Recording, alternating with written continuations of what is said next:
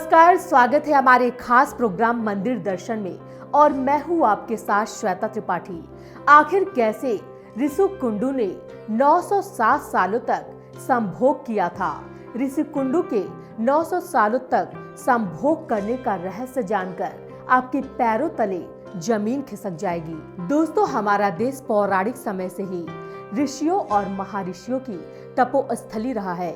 हमारे हिंदू धर्म ग्रंथों में भी कई ऐसे ऋषियों और महर्षियों की वर्णन मिलता है जिनकी तपोस्थली से मानव जाति के कल्याण के लिए कई काम किए। तो वही कई ऐसे ऋषि भी हुए जिनकी शक्ति से देवराज इंद्र को भी डर सताने लगा था कि कहीं उनसे उनकी पत्नी को कोई छीन न ले।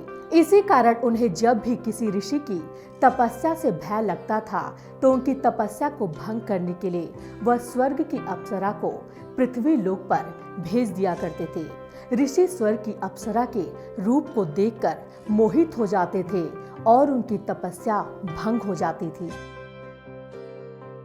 पौराणिक कथा के अनुसार पौराणिक काल में महान ऋषि कुंडू हुआ करते थे जिनका आश्रम गोमती नदी के तट पर था। एक बार की बात है कि ऋषि कुंडू ने घोर तपस्या करना शुरू किया। वो तपस्या में इतने लीन हो गए कि उन्हें किसी भी चीज का आभास ही नहीं होता था। इस तरह ऋषि को तपस्या में लीन देखकर देवराज इंद्र हमेशा की तरह घबरा गए। उन्हें ये डर सताने लगा कि कहीं ऋषि कुंडू उनका स्वर्ग का सिंहासन छीन न ले। इसी डर की वजह से इंद्रदेव ने ऋषि कुंडू की तपस्या भंग करने के लिए प्रमलोचा नाम की अप्सरा को पृथ्वी लोक पर भेजने का निश्चय किया। एक संध्या नृत्य के बाद इंद्र ने प्रमलोचा को अपने पास बुलाया, फिर उसे अपनी सारी योजना बताई। बिना कोई प्रश्न किए प्रमलोचा इंद्र की योजना के मुताबिक पृथ्वी लोक के लिए प्रस्थान कर गई। पृथ्वी लोक पर प्रमलोचा सीधे वहां पहुंची जहां ऋषि कुंडू तपस्या में लीन थे। फिर प्रमलोचा ने अपनी शरारतों से ऋषि कुंडू का ध्यान तोड़ दिया। उसके बाद जैसे ही ऋषि की नजर प्रमलोचा पर पड़ी तो वे इसके रूप और सौंदर्य को देखकर उस पर मोहित हो गए और उसे अपने साथ लेकर मंदरांचल पर्वत की गुफाओं में चले गए। उसके बाद ऋषि कुंडू प्रमलोचा के सौंदर्य में इतना खो गए कि वो 100 से अधिक वर्षों तक उसके साथ भोग विलास करते रहे। 100 वर्ष बाद एक दिन अप्सरा प्रमलोचा ने ऋषि कुंडू से कहा कि हे ऋषि, अब मैं स्वर्गलोक वापस जाना चाहती हूँ, इसलिए आप मुझे खुशी खुशी विदा कीजिए। अप्सरा के मुख से जाने की बात सुनकर ऋषि उदास हो गए और उन्होंने कहा, हे देवी, अभी थोड़े दिन और रुक जाती तो अच्छा होता। ऋषि को उदास देखकर अप्सरा पृथ्वी लोक पर और रुकने को मान गई।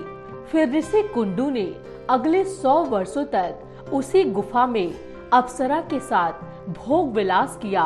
फिर 100 वर्षों बाद एक दिन प्रमलोचा ने ऋषि कुंडू से कहा, हे मुनि, मुझे पृथ्वी लोक पर आए बहुत समय हो गया है, अब तो आप मुझे स्वर्गलोक जाने की आज्ञा दे।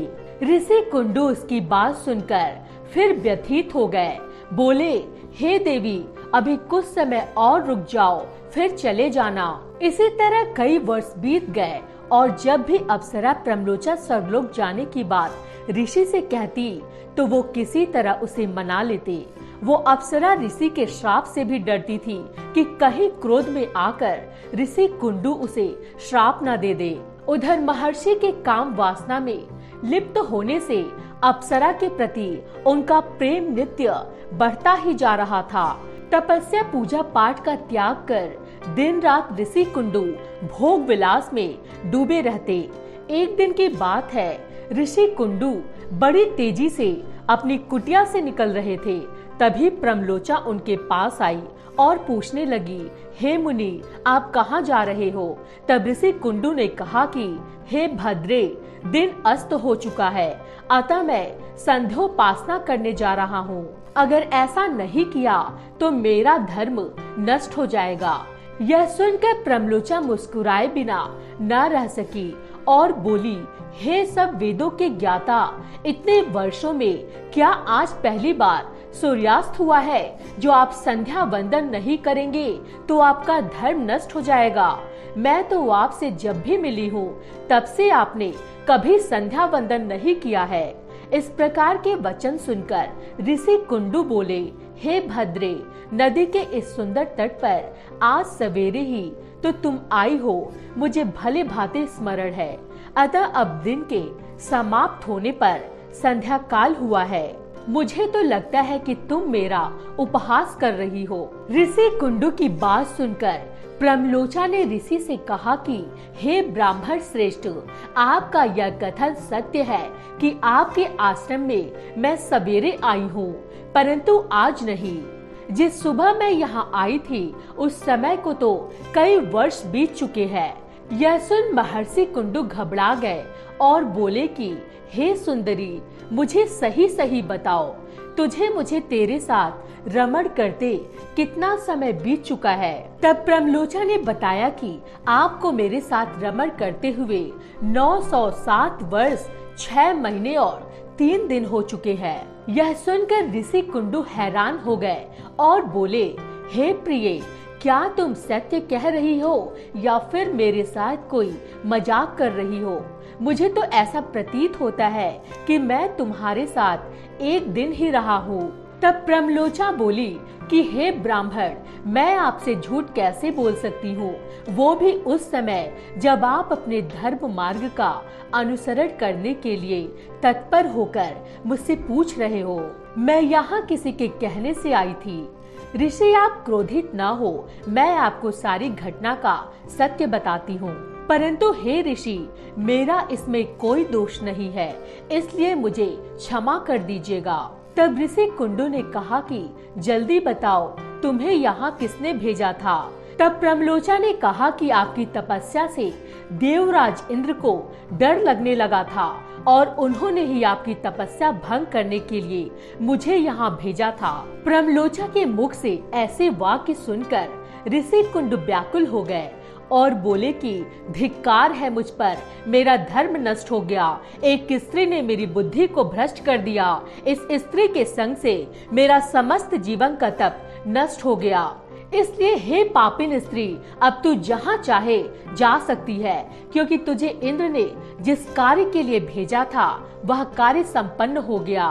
तूने मेरा तप नष्ट कर दिया है। महर्षि को इस तरह क्रोधित देखकर प्रमलोचा भय से कांपने लगी, जिस वजह से उसका पूरा शरीर पसीने से भीग गया। उस समय ऋषि ने जो गर्भ प्रमलोचा में स्थापित किया था वह भी अप्सरा के रोम छिद्रों से निकलकर पसीने के रूप में उसके शरीर से बाहर आ गया। प्रमलोचा के पसीने से वायु ने उस गर्भ को इकट्ठा किया और वृक्षों ने उसे ग्रहण किया। सूर्य के किरणों से पोषित होकर वह धीरे धीरे बढ़ने लगा। फिर समय पूरा होने पर उस वृक्षागु से मिरिशा नामक कन्या उत्पन्न हुई, जो ऋषि कुंडू सूर्यदेव तथा वायु की पुत्री कहलाई। तो दोस्तों, इस तरह ऋषि कुंडू ने प्रमलोचा के साथ 907 सालों तक संभोग किया। फिलहाल हमारे इस खास प्रोग्राम मंदिर दर्शन में इतना ही। अगली बार ऐसे ही किसी और रहस्यमय मंदिर के बारे में मैं आपको बताऊंगी। तब तक के लिए हमें इजाजत दीजिए। नमस्कार। खबरों में बने रहने के लिए चैनल को सब्सक्राइब करें और ये बेल आइकन जरूर दबाएं।